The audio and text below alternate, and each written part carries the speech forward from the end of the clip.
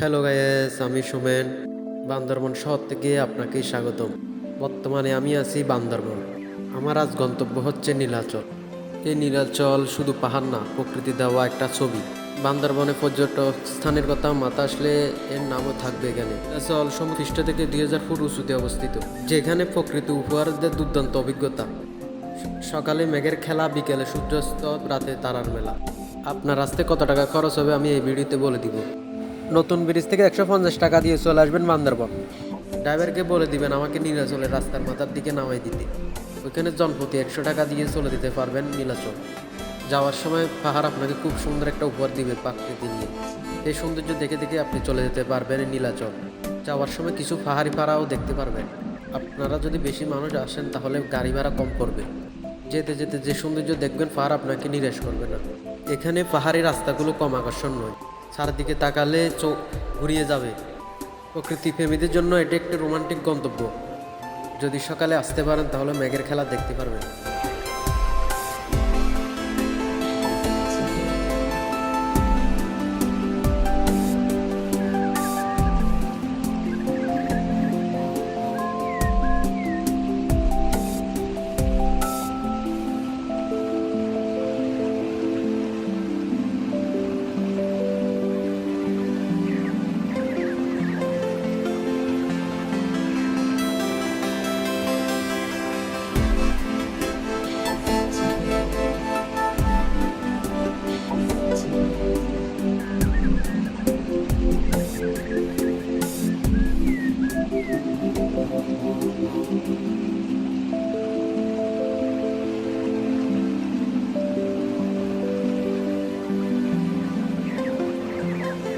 নীলাচলের গেটের বাইরে দেখবেন টিকিট কাউন্টার।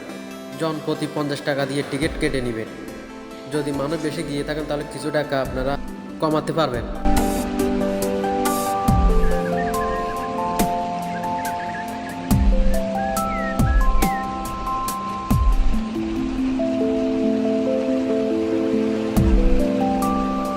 আমরা 4 জন যাওয়াতে 4টা টিকিট নিয়ে নিলাম।